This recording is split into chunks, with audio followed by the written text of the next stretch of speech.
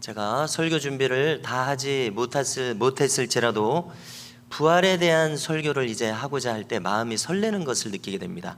또 천국에 대한 설교를 하고자 할 때 아직 준비를 안 했어도 우선 마음이 설레는 것을 느끼게 됩니다. 그래서 정말 다루고 또 다루고 싶은 주제가 이 부활의 주제인데요, 오늘 이 주제를 다룹니다. 그리고 또 한 가지 생각해 보게 되는 것은 제 친구 중에 이제 문서선교로 유명한 친구가 있습니다. 현재 활약하고 있는 이 친구는 이 현세에서 그리스도인의 역할에 대해서 말씀을 잘 전하고 자기도 그렇게 실천합니다. 그래서 저하고 좀 다른 점을 제가 느끼는 것은, 저는 현세에서 그리스도인으로 사는 그 가르침이 얼마든지 우리 성경에서 발견됩니다마는 현세보다는 아무래도 저는 그 부르심부터가 저 영원한 하나님 나라, 천국과 영생, 이 천국에 좀 더 제 마음이 쏠리는 것을 느끼게 됩니다. 사람마다 차이가 있겠지만은요, 아무튼 그렇습니다. 자, 지난주에 이어서 계속해서 부활을 다루는 것인데요, 요한복음 20장 1절을 보면은요, 부활하신 새벽 아직 미명에 막달라 마리아가 무덤에 갔는데 무덤이 빈 무덤입니다. 그래서 이 베드로에게 가서 주님의 시신을 사람들이 다른 데로 모셔갔는지 안 보인다고 이야기합니다. 그러니까 이 베드로와 다른 한 제자, 그 제자는 요한 자신을 가리키죠. 베드로와 요한이 다름질을 해서 주님의 무덤에 왔습니다. 무덤이 비어 있습니다. 빈 무덤을 확인하고 그들은 자기 거처로 돌아갔다, 요한복음은 이렇게 기록합니다. 이때 막달라 마리아는 여전히 무덤에 남아 있어서 무덤 밖에서 웁니다. 주님을 찾을 수 없으니까 웁니다. 그러다가 무덤을 들여다보니까요, 청년들이 보입니다. 그런데 이 청년들은 사실 천사들이죠. 그들이 주님께서 부활하셨다고 말합니다. 말하는 순간 뒤에서 주님께서 말씀하십니다. 여자여 어찌하여 울며 누구를 찾느냐. 요한복음 20장 15절을 제가 찾아왔는데요, 그러자 이 마리아가 아직 주님이신 줄 모르는 상태에서 주여, 그분이 이제 주님인 줄 모르는 상태에서 부르는 겁니다. 사람을 이렇게 높여서 당신이 옮겼거든 어디 두었는지 내게 이루소서, 그리하면 내가 가져가리이다 라고 답합니다. 그러자 이제 예수님께서 이제 자신이라고 말씀하시면서 나의 부활을 형제들에게 가서 알려라. 그리고 내가 아직 아버지께 올라가지 않았다.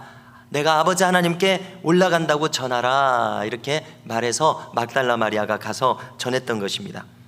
자, 이렇게 우리가 성경의 사건을 보니까요, 부활하신 주님을 최초로 대면한 사람은 바로 베드로와 같은 유명한 주님의 수제자, 이 남성 12제자들이 아니라 막달라 마리아와 같은 여성 제자임을 알려주고 있습니다.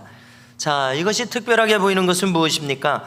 주님께서 가장 힘들고 어려운 시간이라고 할 수 있지 않겠습니까? 십자가에 달리셨을 때도 그렇지만 이제 죽음 가운데 있을 때도 주님께서 가장 어려운 시간이라고 우리가 할 수 있지 않겠습니까?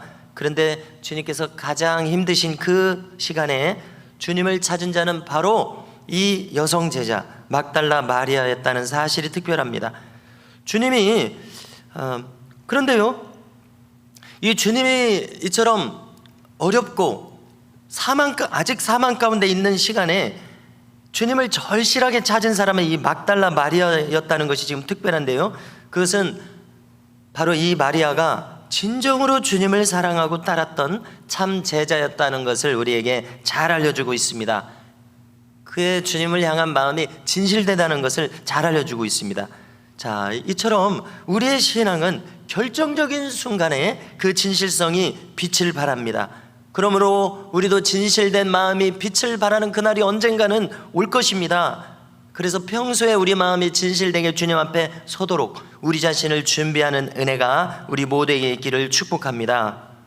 하나님은 이렇게 사람의 중심을 이미 우리의 일상 속에서, 우리 하루하루의 삶 속에서 보고 계시다는 사실을 우리는 꼭 알아야 되겠습니다. 자, 우리도 보편적으로 내가 좀 뭔가 어려웠을 때, 가장 어려웠을 때 내 옆에 있어준 사람들이 있습니다. 그렇죠? 한번 떠올려 보십시오. 자, 왜 그렇습니까? 바로 그 내 옆에 있어주는 그 사람이 정말로 나를 생각해주고 염려해주는 사람이기 때문에 그렇습니다. 정말 내 편이 되어주는 사람이구나, 가장 어려웠을 때요. 그러면 우리가 그 사람에 대해서 얼마나 일평생 고마운 마음을 가지겠습니까? 지금 주님은 이 막달라 마리아의 마음을 확인하시며 기뻐하시는 마음이실 것이라고 생각을 합니다. 자, 그녀의 마음이 특심한 이유가 있습니다. 오늘 성경에서도 읽을 수가 있습니다. 그녀는 어떤 인물이었습니까? 전에 7 귀신 들렸던 사람이었었습니다. 그래서 주님께서 그에게서 귀신을 축출해 주셨기 때문에 그는 큰 은혜를 입었었습니다. 그래서 그의 마음이 이렇게 특심한 것입니다. 자, 여기서 우리는요, 잠시 이 귀신 역사에 대해서 잠시 짚고 넘어갈 필요성을 느낍니다. 자, 세상 사람들은요, 이 귀신 역사에 대해서 알 수가 없습니다. 거기 주목할 수가 없어요. 그냥 무슨 귀신 이야기, 또 뭐 귀신 영화, 뭐 이런 정도, 뭐 텔레비전에서 이렇게 피상적으로 다루는 그런 정도로 생각하지, 심각하게 생각하지 않습니다. 귀신에 대해서 확실하게 알려주는 것은 어디 가면 확실히 알 수 있습니까? 여러분, 귀신에 대해서 확실하게 알려주는 것은 성경입니다. 그런데 실은 교회도 이것을 잘 다루지 않습니다. 그래서 이것은 어떻게 보면 어쩔 수 없는 일인데요, 왜냐하면 우리가 이제 일상적으로 살아가고 있기 때문에 그럼에도 불구하고 유감스럽다는 것입니다. 왜냐하면 세상에서도 적을 알고 나를 알아야 백전불태, 100번 싸워도 위태롭지 않다고 했는데요, 바로 이 방면에서도 마찬가지입니다. 우리가 매번 귀신만을 다룰 필요는 없습니다. 또 그렇게 할 수도 없어요. 그렇게 하면 또 우리 마음은 또 피곤해요. 그것만 하면은요. 그러나 전혀 무지한 것은 또 신앙생활의 기준을 확실하게 세우는 데 있어서 대단히 해롭습니다. 전혀 무지하면은요. 그러니까 어느 정도 알아야 됩니다. 자, 우리의 신앙생활의 경험은 귀신은 결코 얕잡아 볼 존재가 아닙니다. 왜냐하면 이전에 이 막달라 마리아처럼 7 귀신 들린 경우는 중증의 귀신 들림이죠. 중증의 귀신 들림이며 보편적이지는 않습니다. 그러나 귀신의 역사는요, 확 드러나지 않게 역사하는 것이 또한 귀신의 역사이기 때문에 결코 얕잡아 봐서는 안 된다는 것입니다. 오히려 속속들이 그를 알고 있어야 되고, 그가 어떤 식으로 역사하는지를 알고 있어야 우리가 그 위험을 피할 수 있다는 것입니다. 자, 잘 드러나지 않게 역사한 대표적인 경우 바로 가룟 유다입니다. 그는 귀신 들린 자라고까지는 우리가 할 수 없겠죠. 그렇지만 귀신의 음성에 밀착된 자였습니다. 그래서 그는 한마디로 마귀의 도구로 쓰였습니다. 자, 이로써 우리는 무엇을 확실하게 확인하냐면요, 멀쩡한 사람이, 자, 저도 멀쩡해 보이죠. 우리 모두가 멀쩡해 보입니다. 멀쩡한 사람이 귀신 역사에 의해서 마귀의 도구로 쓰임받을 수 있는 사실을 우리는 분명히 확인한다는 사실입니다. 자, 이것을 제가 거론하는 이유는 분명합니다. 우리 자신들이 마귀의 도구로 쓰임받고 싶은 사람 어디 있으세요? 어디 있으십니까? 아무도 없으실 것입니다. 마귀의 도구로 쓰임받고 싶은 사람은 신앙인이라면 아무도 없습니다. 그러나 우리의 이 지나간 시간들을 보십시오. 마귀의 도구로 쓰임받은 수많은 사람들을 우리는 이미 알고 있습니다. 이미 경험했습니다. 마귀는 우리의 심령에 찾아와서 가룟 유다에게서처럼 충동질을 합니다. 그런데요, 이것을 속속들이 간파하고 있지 않으면요, 무방비 상태입니다. 우리는 아무 생각 없어요. 무방비 상태입니다. 그럼 어떻게 합니까? 이 충동질에 너무나도 잘 예스를 하는 거예요. 너무나도 잘 협조를 하는 거예요. 나도 모르게요. 그래서 또 자기 마음을 거의 놓아버립니다. 지금 이 말씀에 대한 지식이 없어가지고, 마귀에 대한 지식이 없어가지고, 그 지금 마귀의 역사에 내가 넘어가고 있는지도 모르고 있어요. 그래서 내 마음을 확 놔버려요. 그리고 거기다가 또 내 신앙도 온전하지 않아가지고 사심을 발동시킨단 말입니다. 우리의 모든 행함의 동기는 순수함을 추구해야 되겠습니다. 그러나 아무리 순수함을 추구하고 또 추구하고 깨어있다고 하더라도 인간인지라 사심이 발동합니다. 사심이 발동해서 이 모든 것이, 이 부정적인 것이 계속 겹쳐서 어떻게 됩니까? 그 사람이 마귀에 붙들리는 도구가 되고 만다는 것입니다. 그래서 그 결과는 참 안타깝습니다. 가정이 파괴됩니다. 교회가 파괴됩니다. 그 자신도 심판을 면하지 못합니다. 이것이 바로 하나님이 정하신 이치입니다. 그러므로 우리는 두려워해야 되겠습니다. 자, 타인들의 어처구니 없이 행한 것으로부터 우리는 반면 교사를 삼아야 됩니다. 그리고 나도 얼마든지 마귀에게 내 마음을 밀착시킬 수 있다. 이걸 우리는 알고 있어야 됩니다. 부지불식간에 허용해 버릴 수 있다. 지금도 가정에서, 교회에서. 그러므로 어떻게 해야 우리가 이길 수 있습니까? 깨어 있어야, 이것에 대해서 알고 있어야. 그래서 한 번 속을 수 있어요. 2번 속을 수 있어요. 3번, 4번 속아서는 안 되겠다는 것입니다. 한 번, 2번 속았을 때 뭐 또 좀 더 허용한다면 3번, 4번 속았을 때 이제는 깨달아야죠. 우리의 신앙이 이제는 깨달아서 4번, 5번, 6번, 7번 속아서는 안 될 줄로 믿습니다. 할렐루야. 그래서 저는 이 신앙이 성숙해야 되겠고요, 신앙이 성장해야 되겠는데, 저는 이것을 다른 말로 여러 번 이렇게 표현드리고 있습니다. 신앙이 성숙한 것은, 성장한 것은 분별력이 성장한 것이다, 분별력이 성숙한 것이다. 저는 이렇게 곧잘 생각을 해봅니다. 우리가 신앙생활을 수년 수십 년 했으면 우리의 분별력도 날카로워져야 됩니다. 그래서 내가 그전에는 속았을지라도 지금 마귀가 나를 충동질을 하고 있구나 깨달아서 물리쳐서 말씀으로, 기도로 물리쳐서 승리하는 우리가 정말 되어야 되겠습니다. 그래서 목사도 마찬가지입니다. 어떤 직분자도 마찬가지입니다. 오래 신앙생활을 하셨어도 마찬가지입니다. 나는 예외라고 생각하지 마십시오. 누구라도 예외는 없습니다. 그러므로 우리는 이제 깨어 있어야 되겠고요. 이 막달라 마리아가 7 귀신 들렸다는 것은 정말 어떻게 해석해야 됩니까? 정말 딱 7마리가 들어갔을 수도 있습니다. 마귀를 축사할 때는 그 이름을 대면 정체가 드러나서 그 이름을 대고 축사하라고 전문 축사 사역자들이 권면하는 것을 제가 읽어봤습니다. 예를 들면 죽음의 영, 예를 들면 우상의 영, 또 뭐 심각한 자살의 영, 이렇게 이 정체를 드러내서 그 이름을 불러서 예수님의 이름으로 축사를 하면 나간다, 이렇게 이제 가르쳐 주는 것을 참고하고요. 정말 7마리가 들어갔을 수도 있고, 그 다음에 이제 7은 완전수죠. 충만한 수, 굉장히 많이 들어갔다, 이런 뜻일 수도 있고, 또 예수님이 직접 말씀하신 것처럼 군대 귀신이 들어갔을 수도 있습니다. 군대 귀신이 들어갔다는 것은 정말 이 막달라 마리아 군대 귀신이라고 할 수도 있을 것 같아요. 그러면 이 굉장히 마음이 약해진 상태죠. 그리고 장악된 상태입니다. 완전히 귀신 들린 상태예요. 그러면은 이 군대 귀신이 들어갈 정도는, 처음에는 이제 한 번 허용해서 1마리가 들어갈 것입니다. 1마리부터 들어가겠죠.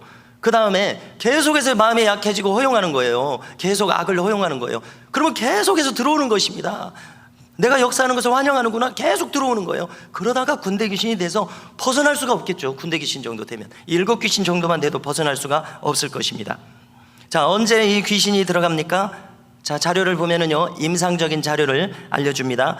큰 충격을 받았을 때, 죄를 졌을 때, 계속 낙심, 절망, 좌절, 우울에 빠져 있을 때, 사람이 여러 가지 이유로 놀랬을 때, 죄나 여러 가지 일로요 놀랬을 때, 그 마음이 약해졌을 때 쑥 들어간다, 이것입니다. 그때 믿음이 있는 사람이면 말씀과 기도로 이것을 물리쳐야 되는데, 예배드려서 물리쳐야 되는데 그냥 무방비 상태로 있다는 이것이에요. 아무 지식이 없어가지고요. 그래서 이렇게 점점 악화되더라, 이런 이야기입니다. 그러면 어떻게 물리칩니까? 조금 전에 또 거론한 것처럼 기도 외에는 이런 유가 나갈 수 없다고 했습니다. 주님의 능력 외에는 도무지 물리칠 수가 없는 것입니다. 그래서 기도에 힘써야 되겠고요, 예수님의 이름의 권세로 물리쳐야 되겠습니다. 반복적이고 지속적인 예배를 드려야 되겠습니다. 한 번에 안 될 수가 있습니다. 예수님은 한 번에 되시겠지만 우리는 한 번에 안 될 수가 있어요. 그러니까 한 번에 한다고 해서 안 된다고 해서 물러서지 말고 여러분들과 함께 계속해서 지속적으로 기도하고 중보하고 또 함께 예배 드려주고 그렇게 하는 것이 필요할 것입니다. 또 당사자의 의지가 서야 됩니다. 지금 귀신 7 귀신? 많이 귀신 들렸으면 자기 의지가 없어져 버렸어요. 완전히 의지까지 장악돼 있어요. 그래서 자꾸 말씀을 듣고 성경을 보고 찬송을 부르고 예배를 드려서 자기 의지가 살아나게 해야 됩니다. 그 결박으로부터 끊어지게 해야 됩니다. 그리고 자기 의지로 예수님을 찾아야 돼요. 자기 의지로 예배를 드려야 돼요. 자기 의지로 기도를 해야 돼요. 무엇보다도 믿음을 통해서 이것을 물리칠 수가 있습니다. 이 믿음이 막 회복돼야 돼요. 막 약해 빠진 믿음이 아니라 아주 굳센 믿음으로 회복돼야 됩니다. 그러면 물리칠 수 있습니다. 자기 의지로 서는데 어찌 물리치지 않겠습니까? 자기 의지로 예수님을 찾는데 어찌 물리치지 않겠습니까? 지금 예수님도 다 마음속에 약해져서 없어져 버려서 장악돼 있단 말입니다. 그것이 또 다가 아닙니다. 물리쳤다고 가정해 보십시오. 예수님 뭐라고 말씀하셨습니까? 빈집은 다시 또 들어오더라, 이것입니다. 임상적으로 뭐라고 기록하냐면요, 뭐라고 이 전문 사역자들이 알려주냐면요, 귀신은 바깥 세상이 뜨겁다는 거예요. 뜨거워서 죽겠다는 거예요. 그래서 물 없는 곳으로는 다닐 수 없다, 이것입니다. 물 있는 곳을 찾아서 들어와야 되는데 사람의 70% 80%는 물로 돼 있다고 그러죠. 그래서 사람에게 그렇게 자꾸 들어오는 거예요. 시원해지려고, 자기가 안식하려고 그런다는 거예요. 자, 그래서 우리의 마음을 빈집을 만들면 안 됩니다. 어떻게 해야 됩니까? 말씀으로 채워야 됩니다. 기도로 채워야 됩니다. 성령의 충만함으로 채워야 됩니다. 이것이 마귀를 이기는 길입니다. 막달라 마리아, 그는 이처럼 엄청난 과정을 통해서 다시 온전한 사람이 되었던 것입니다. 수많은 결박으로부터 해방되었습니다. 예수님께서 살려주셨습니다. 그러니까 그 마음에는 이제 예수님밖에 없는 거예요. 그러니까 예수님만 찾고 있습니다. 예수님이 가장 어려웠을 때 예수님을 찾고 있습니다. 주님께 각별했습니다. 죄가 많은 곳에 은혜가 넘친다고 말씀하셨습니다. 우리도 마찬가지입니다. 내가 죄인임을 자각하면 자각할수록 우리에게는 은혜가 넘칩니다. 주님에 대한 사랑이 커집니다. 사모함이 깊어집니다. 충성하는 마음이 깊어집니다. 자, 사도 바울처럼, 사도 바울이 신앙이 깊어지니까 점점 뭐라고 말합니까? 내가 죄인 중에 괴수라는 거예요. 경건해지면 경건해질수록 내가 죄인 중에 괴수라고 느끼는 거예요. 우리도 비슷할 것입니다. 우리도 경건해질수록 내가 정말 극악한 죄인이구나, 주님의 거룩 앞에서 내가 정말 부끄럽기 그지없구나, 우리가 이런 마음이 될 것이란 말입니다. 그래서 내가 죄인이면 죄인일수록 우리의 심령에는 은혜가 넘치게 될 줄로 믿습니다. 그래서 그것은 무엇입니까? 주님이 어떤 분이신지를 우리가 더 잘 알게 된다는 것입니다. 그래서 주님에 대해서 나의 마음을 맞추는 거예요. 우리가 어떤 언행심사를 가져가야 주님과 친밀한 교제를 이루게 되는지를 경험으로 이제 터득하게 된다는 것입니다. 정말 더러운 곳에 주님은 오실 수가 없습니다. 주님과 교제할 수 있는 우리 마음의 수준이 따로 있다는 것입니다. 자, 우리 사람 사이에서도 마찬가지입니다. 맨날 자기 고집대로 하다가 신경도 안 쓰다가 갑자기 말을 걸어 보십시오. 정말 뜬금없다고 반응할 것입니다. 마찬가지지 않겠습니까? 주님이 살아가시는 수준이 있어요. 주님이 계신 수준이 있어요. 나는 저쪽에 있다가 갑자기 주님 찾으면 연결이 안 될 것이라는 겁니다.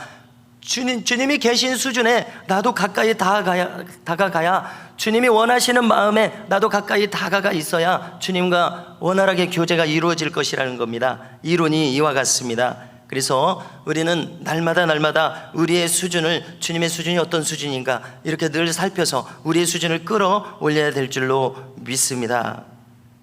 자, 한편 오늘 말씀을 보니까요, 주님의 부활을 당하는 이 사건 기록에서 제자들의 불신앙이 자꾸만 부각되고 있습니다. 11절을 보니까요, 뭐라고 말씀합니까? 그들은 예수께서 살아나셨다는 것과 막달라 마리아가 지금 가서 전했습니다. 또 마리아에게 보이셨다는 것을 듣고도 믿지 아니하니라, 이렇게 이야기합니다. 자, 아무렴 마리아가 헛소리를 하진 않았을 거예요. 마리아의 진실성은 제자들도 알고 있었을 것입니다. 헛소리하지 않았을 거예요. 자, 13절을 보니까요, 엠마오로 가던 두 제자 이야기가 누가복음에는 자세히 있습니다. 여기 마가복음에는 그냥 두 사람이라고만 했습니다. 두 사람이 가서 남은 제자들에게 알렸으되, 엠마오로 가던 두 제자요, 주님인 줄 알아봤죠. 그래서 돌아와서 알렸더니 어떻게 반응이 어떻습니까? 역시 믿지 아니하니라. 이제 십자가에서 죽으셔서 낙심해서 이 제자들이 낙향한 것 아닙니까? 엠마오로 낙향한 것 아닙니까? 그런데 다시 돌아왔을 때는 정말 주님을 만났으니까 다시 돌아왔겠죠. 그런데도 믿지 않는 거예요, 제자들이요. 자, 십자가를 지시기 전에요, 주님께서는 십자가의 죽음과 부활하실 것을 제자들에게 이미 여러 번 말씀하셨습니다. 자, 우리가 성경을 여러 번 읽었어도 이렇게 생각하면 또 생소해요. 아, 그런가? 십자가 지시기 전에 주님이 말씀하셨나? 그렇죠. 저도 그렇습니다. 저부터도. 자, 그래서 다시 한번 찾아보니까 십자가 지시기 전에 이미 3번 이상 말씀하셨습니다. 마태복음에서도 3번 이상, 마가복음에서도 3번 이상 십자가에서 죽으시고 부활하실 것을 이렇게 여러 번이나 말씀하셨더라고요. 마태복음 16장 21절을 제가 찾아봤습니다. 이때로부터 예수 그리스도께서 자기가 예루살렘에 올라가 장로들과 대제사장들과 서기관들에게 많은 고난을 받고 죽임을 당하고 제3일에 살아나야 할 것을 제자들에게 비로소 나타내시니, 이렇게 기록합니다. 마태복음 16장은 우리가 잘 아시는 대목입니다. 베드로의 신앙 고백이 있었던 장이죠. 이제 기억나실 것입니다. 베드로가 신앙 고백을 했어요. 그 놀라운 신앙 고백을 했어요. 그러니까 이제 주님이 비로소 십자가에서 죽으실 것과 부활하실 것을 말씀하셨다, 이 대목입니다. 그리고 그 뒷장을 찾아보니까 이제 변화산에 올라가세요. 그러니까 베드로가 신앙 고백하고 변화산에 올라가시는 그 사이에 주님이 지금 꺼내신 거예요. 처음으로 내가 십자가 질 것이다. 그리고 3일 만에 부활할 것이다. 이렇게 지금 진작에 말씀을 하셨어요. 그리고 이제 요소마다 2차례 더 이야기하시는 거예요. 뿐만 아닙니다. 주님은 마지막에 이 6월절 만찬 때도 부활하실 것을 말씀하셨었습니다. 자, 6월절 만찬은 목요일입니다. 목, 금, 토, 주일. 자, 불과 3일 전 저녁에 말씀하셨었습니다. 마태복음 26장 32절. 자, 뭐라고 말씀하셨냐면요, 내가 살아난 후에 너희보다 먼저 갈릴리로 가리라, 이렇게 말씀하셨었습니다. 제가 이제 기록하지 않은 것 같습니다. 자, 죽으시기 전에도 이처럼 또 부활하신 후에도 주님의 부활을 주님께서는 제자들에게 이렇게 여러 번 말씀하신 것을 우리가 확인했습니다. 그럼에도 불구하고 지금 오늘 본문을 보니까 제자들은 참 이 철저한 불신앙 속에 빠져 있습니다. 그래서 이 주님은 제자들에게 기어이 부활한 날 저녁에 나타나셨다고 하셨죠. 나타나셔서 어떻게 하십니까? 제자들의 완악함을 꾸짖으셨습니다. 자, 14절입니다. 보여주십시오. 자, 함께 읽겠습니다. 시작. 그 후에 11 제자가 음식 먹을 때에 예수께서 그들에게 나타나사 그들의 믿음 없는 것과 마음이 완악한 것을 꾸짖으시니 이는 자기가 살아난 것을 본 자들의 말을 믿지 아니함일러라. 아멘. 자, 이미 구약 성경에서도요 찾아보면은요 부활 신앙이 여러 곳에 나타나 있는 것을 확인할 수가 있습니다. 자, 무슨 말씀을 드리고자 하냐면 부활 신앙에 대해서 이미 구약 성경에도 수립이 되어 있고 십자가 지시기 전 또 부활한 후 제자들에게 이미 누누이 말씀하셨다 이것입니다. 그러나 제자들의 마음은 웬일인지 불신앙으로 가득 차 있어요. 부활을 실제로 지금 겪는 이 시간들에 제자들은 그걸 믿지 못하는 마음으로 나타나고 있어요. 이것이 안타깝다는 것입니다. 잠시 구약의 부활 신앙을 살펴보려고 하는데요. 자, 모세오경에 부활 신앙이 나타나 있습니다. 또 성문서와 선지서들에도 부활 신앙이 나타나 있습니다. 잠깐 살펴보면요, 우리가 히브리서를 보니까요, 아브라함은 부활 신앙을 가졌습니다. 왜냐하면 이삭을 번제로 바쳐도 다시 살려서라도 언약을 이루실 것이다 이렇게 믿었다고 히브리서 기자가 우리에게 알려줬었습니다. 또 욥기도 보십시오. 이미 부활 신앙이 나옵니다. 욥기 19장 26절을 제가 찾아왔는데요, 육체가 멸하여져도 하나님을 볼 것이다 욥이 이렇게 이야기합니다. 자, 제가 읽어드리면요, 내 가죽이 벗김을 당한 뒤에도 내가 육체 밖에서 하나님을 보리라 이렇게 말하고 있는 것을 통해서 그렇구나, 욥도 저런 부활 신앙을 가지고 있었구나, 놀라운 대목이죠. 자, 뿐만 아니라 우리는 모세, 두말하면 잔소리죠. 시내산에서 주님의 영광을 보지 않았었습니까? 모세, 구절은 되지 않겠습니다만 부활 신앙 가지고 있습니다. 다니엘 떠올려 보십시오. 두말하면 잔소리죠. 이사야, 두말하면 잔소리. 다윗에게서도 우리 시편 9절을 되지 않겠습니다. 지금은요, 부활 신앙을 찾아낼 수 있습니다. 직접 사람을 살려낸 엘리야를 생각해 보십시오. 엘리사를 생각해 보십시오. 그 승천했습니다. 죽은 사람을 살려냈습니다. 이렇게 우리는 이미 구약 성경만으로도 부활 신앙을 얼마든지 찾아낼 수 있습니다. 그런데 제자들은 주님의 이 엄청난 기사와 표적을 보고서도 못 믿습니다. 야이로의 딸을 살려내셨음에도 불구하고, 나인성 과부의 아들을 관이 나가고 있는 상황에서 그를 살려내셨음에도 불구하고 제자들은 지금 믿지 못하고 있습니다. 어제 십자가를 경험했으면 이제 말씀하신 대로 주님은 부활하실 것이다 이런 생각으로 가지 못하고 있습니다.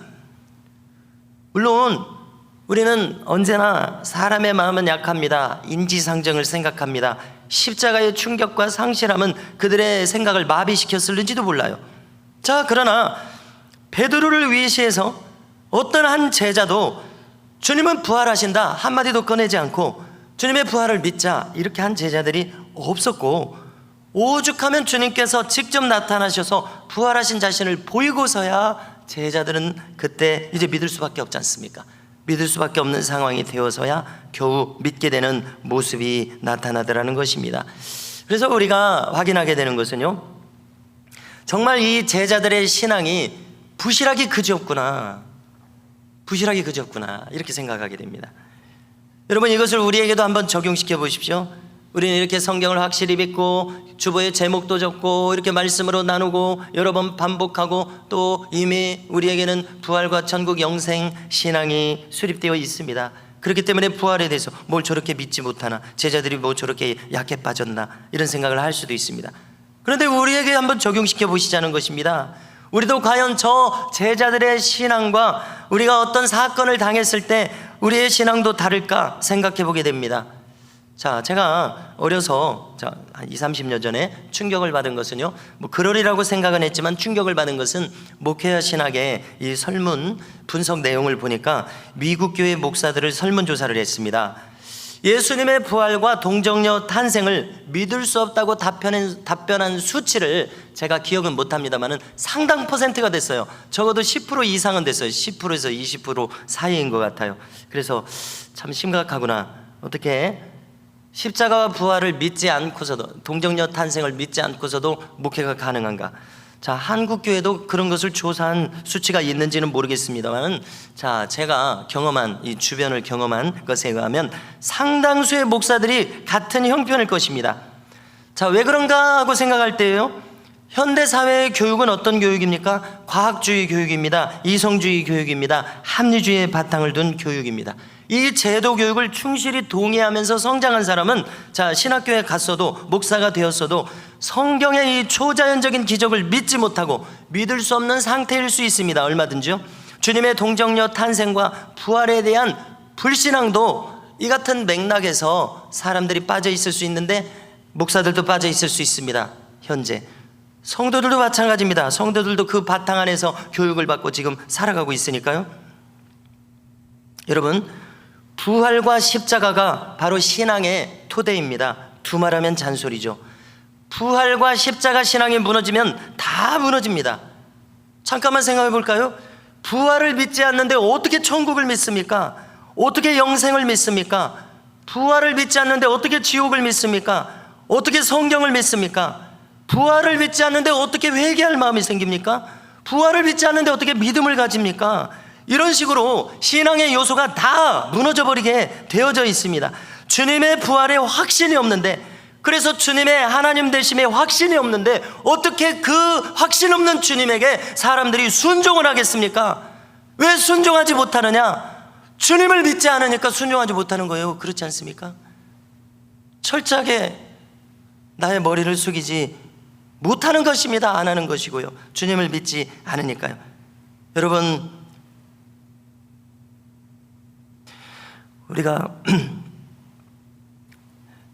우리가 충성하고 나의 생명을 주님께 바쳐서 헌신하는 것은 오직 이 부활과 십자가 신앙이 나에게 수립되어 있을 때만 가능합니다. 자, 지금 이 제자들은 가만히 보니까요, 신앙생활을 이어가는 것이 지금 불가능할 정도라는 느낌이 듭니다. 그렇지 않습니까? 오직 그들은 나중에 50일 후에 성령 강림으로 완전히 하나님께 사로잡힐 때야 비로소 그때에 가서야 생명을 다 내놓고 믿게 되었었습니다. 주님의 참 제자가 되었었습니다. 우리도 마찬가지라는 것입니다. 철저한 믿음을 우리가 가질 때에만 그 믿음이 우리를 생명으로 인도합니다. 부활과 영생, 천국과 지옥, 회개와 거룩, 충성과 순종, 이 모든 신앙이 부활과 십자가로부터 시작해서 다 연결되어 있음을 재차 제3 확인하게 됩니다. 저는 우리 모두가요, 더 온전하고 철저하게 주님의 발 앞에 무릎 꿇을 수 있는 사람들이 되어야 한다고 믿습니다. 남김없는 철저한 신앙만이 우리를 살게 할 것입니다. 온전한 신앙에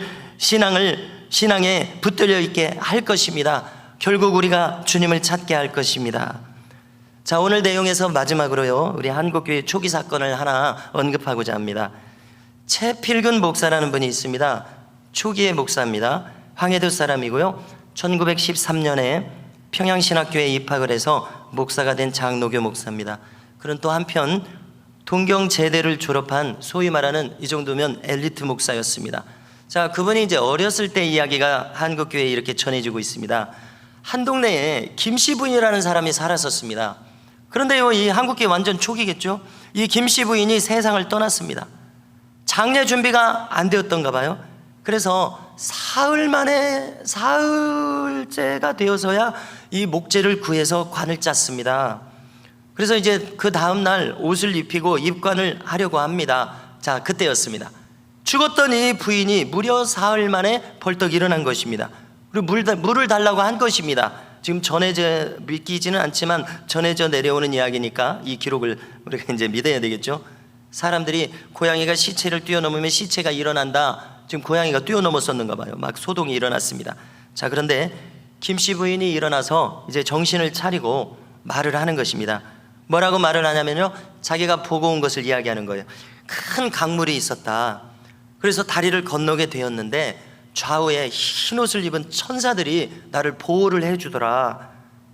그리고 이제 나중에 그 천사들 중에 한 천사가 나에게 말을 하는데, 너는 아직 올 때가 못 되었다. 그러니까 너는 가서 예수를 잘 믿고 잘 준비한 다음에 다시 올라오너라. 이렇게 이야기를 했다고 전했다는 것입니다. 얼마나 놀라운 일입니까? 정말 우리가 이 아프리카 선교 이야기를 들으면 믿을 수 없는 보고들이 많이 있죠. 뭐 수십 명을 살렸다느니, 아니면은 초대교회처럼 그런 놀라운 기적과 표적이 나타났다느니, 우리나라 한국교회 초기에도 이러한 기록들이 이처럼 부지기수로 많고 우리에게 전해지고 있습니다. 그래서 이 소문이 백리 밖에까지 퍼져서 이 김씨 부인을 구경하러 와서 30명 모이던 교회가 100여 명이 모이는 교회로 성장했다는 이야기입니다. 이것이 이 이야기의 전부입니다. 자, 그런데 여기에도 명함이 있습니다. 소위 이 채필근 목사라는 분은 자유주의 신학자로 분류됩니다. 그리고 나중에 일제가 이 조선교회 교파를 싹 없애버렸습니다. 전부 다 합쳐버렸어요. 그래서 일본 교회로 만들어버렸어요. 병합해버렸습니다. 그때 제1선에서 협조한 목사입니다. 그 말은 신사참배에 적극 협조한 목사라는 뜻이에요. 또 이 자유주의 신학이란 이성주의 신학입니다. 이 사람들은 벌써 일제강점기부터 주석서를, 무슨 주석서를 내냐면은 출애굽의 홍해바다 사건을 믿을 수 없는 거예요. 홍해바다 도하 사건을 믿을 수 없는 거예요. 그래서 홍해바다라고 번역을 할 수 없다는 거예요. 그래서 갈대밭을 건넜다고 합리적으로 해석하는 거예요. 오병이어도 너도 나도 다 감동을 받아서 도시락을 꺼내가지고 다 나눠 먹어서 그렇게 배불리 먹었다고 합리적으로 해석하는 거예요. 기적이 아니라는 거예요. 그래서 우리는 무엇을 알 수 있습니까? 채필근 목사라는 분에 대해서 아무리 어렸을 때 죽은 사람이 살아나는 기적을 경험했어도 나중에 이렇게 변질되더라는 것입니다. 여러분, 이것은 무엇을 말합니까? 우리가 바른 신앙을 수립하고 지켜가는 것이 이렇게 어렵더라. 한때 바른 신앙을 가졌어도 이렇게 어렵더라. 끝까지 지키는 것이. 성도 여러분, 우리가요, 죄를 짓고 변질되고 당을 지어서 다투고 교회를 무너뜨리고 지체와 불화하고 가족 사이에 문제가 생기고 부부 사이에 틈이 벌어지고 불신앙에 빠지게 하는 이 모든 일들의 배후에 마귀의 역사가 있다는 것을 우리는 간파해야 될 줄로 믿습니다. 그러므로 우리는 어떻게 해야 됩니까? 깨어있는 믿음을 가져서 전신갑주를 입어서 믿음의 선한 싸움을 승리해야 할 줄로 믿습니다. 이기는 자는 이것들을 유업으로 얻으리라 주님 말씀하셨습니다. 마지막으로 계시록 3장 5절을 보여드리겠습니다. 뭐라고 말씀하십니까? 이기는 자는 이와 같이 흰 옷을 입을 것이요 내가 그 이름을 생명책에서 결코 지우지 아니하고 그 이름을 내 아버지 앞과 그의 천사들 앞에서 시인하리라. 또 21절을 읽어드립니다. 이기는 그에게는 내가 내 보좌와 함께 앉게 하여 주기를 내가 이기고 아버지 보좌에 함께 앉은 것과 같이 하리라. 이렇게 말씀해 주고 있습니다. 부활신앙으로 승리하는 신앙, 이기는 신앙으로 나아가는 저 우리 모든 교우들 되시기를 주님의 이름으로 축복합니다.